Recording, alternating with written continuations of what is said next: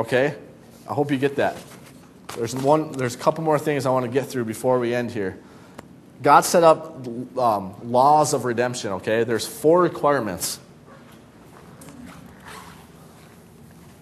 And I'm just giving to you this. I mean, you could spend forever. Well, maybe not forever. Well, maybe forever studying out this redemption. And I'm just giving you a brief taste of it. There's 4 laws of redemption, 4 requirements of the Old Testament, how you could redeem something. And you can go and study that in the book of Ruth. You have that with the book of Ruth, but I'm just going to give them to you. You had to be kin, or the next of kin. Okay?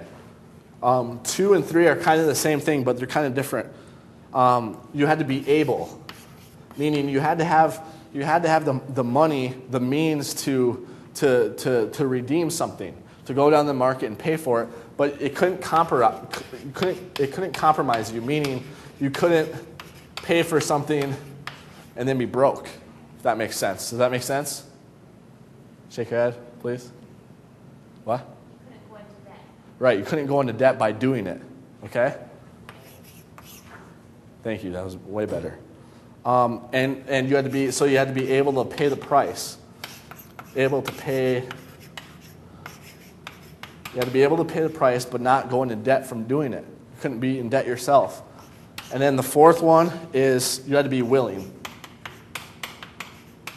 So Christ did all these things. He was the next of kin, and this is really interesting one to me. He wasn't compromised. It didn't. Like I said, he was raised again. He didn't just take our sin debt and it was buried and that was it. He was raised again. It didn't compromise him. Does that make sense? And of course he was able to pay the price and he was willing. And you see that with the Garden of Gethsemane as he struggled with it. He says, "Not my will, but your will be done." And he was willing to do it because he was faithful. It's by the faith of Christ that we can be declared righteous. I had a quick question for you. Hopefully, I think it's a really neat question. If that was the requirement of redemption, you had to be the next of kin, and we understand as dispensational Bible students, we understand that Jesus, Hebrews 2:16 says that Jesus took on the form of the seed of Abraham. We know that he came to redeem those that were under the law, right? The Israelites. How is Christ able to redeem the Gentiles? Does that make sense? In the book of Ruth, I don't know the full story, but the book of Ruth goes to, I forget who it is. It's not Boaz, it's the other person. And that person was kin, he was able to pay the price, not be compromised. He was willing, but he says, there's one that is closer than I am, which was Boaz. So then Boaz becomes a redeemer. If Christ came and he took on the form of the seed of Abraham, and this middle wall of partition is up, and he came to redeem them, he's next of kin to them. How is he able to redeem us? He says, through the redemption that is in Christ Jesus. That's what my wife brought up. Yeah, that's not quite what I'm getting at, but there it is. He took out the difference. Abraham, yes, we are all sons through faith of Abraham, but we're not the physical seed of Abraham. And see, this middle wall of partition was up since Abraham, and he was next of kin. But what do we learn in? Actually, we didn't get it in Ephesians 2. He has broken down the middle wall of partition. There's no difference between Jew or Gentile today. So therefore, we have redemption through him, if that makes sense. I thought that was amazing how he is. He's the next of kin to those of Israel. He can redeem Israel, but how is he to redeem the Gentiles? Dispensational change, folks. The mystery, the grace of God. That's so wise. That's so wise. That he changed it. He broke down that middle wall of partition for a season and for a reason so that he could redeem all mankind. And he's going to put it back up to finish his redemption, to carry it out, so that in that kingdom that he can give them that new covenant, and that he can remember their sin no more. That's beautiful. If you have any questions about that, ask me afterwards. But when I studied that, I was just like, wow, that's awesome. Turn back with me to Romans 3. We'll wrap up here.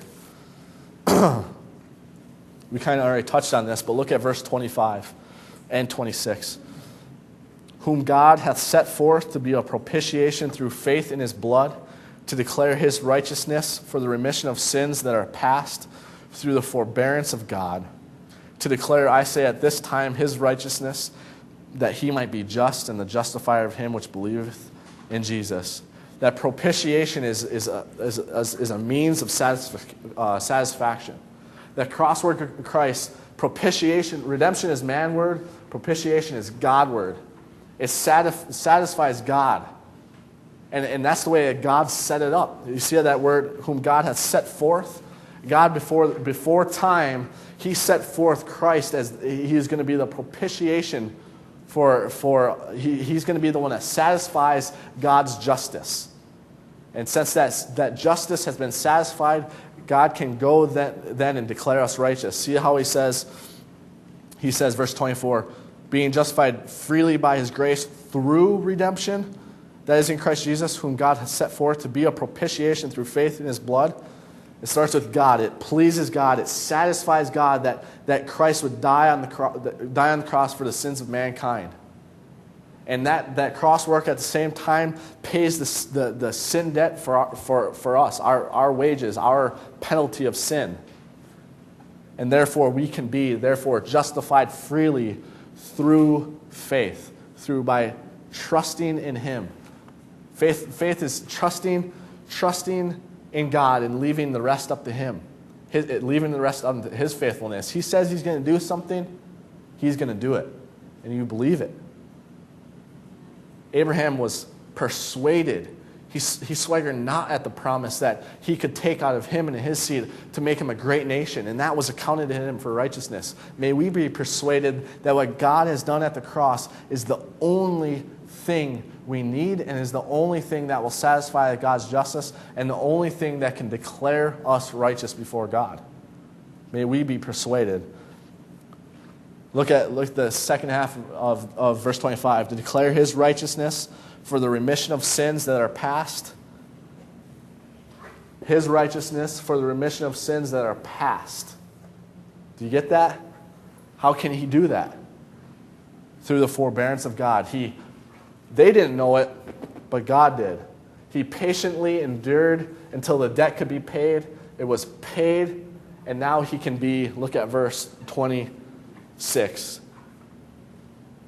To declare, I say at this time, his righteousness, that he might be just. He can be just now because of this.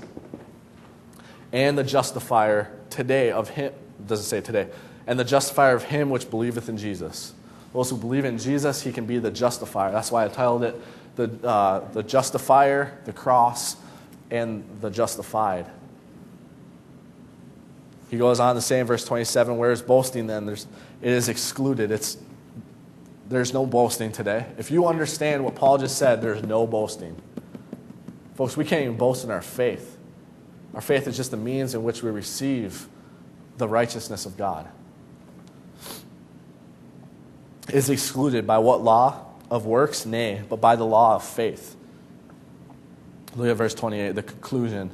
Therefore we conclude that a man is justified by faith without the deeds of the law. I want to mention one more thing as we close. You can study this on your own. I just want to give this to you. There's a couple components and aspects of justification. In Romans 8:33, we didn't look at this, but it says that we are justified by God. We don't have time to go there. I'm just going to give these to you. He is our source. God is the source. In Romans 5:9, he says we are justified by blood. Christ's blood is the basis of our justification.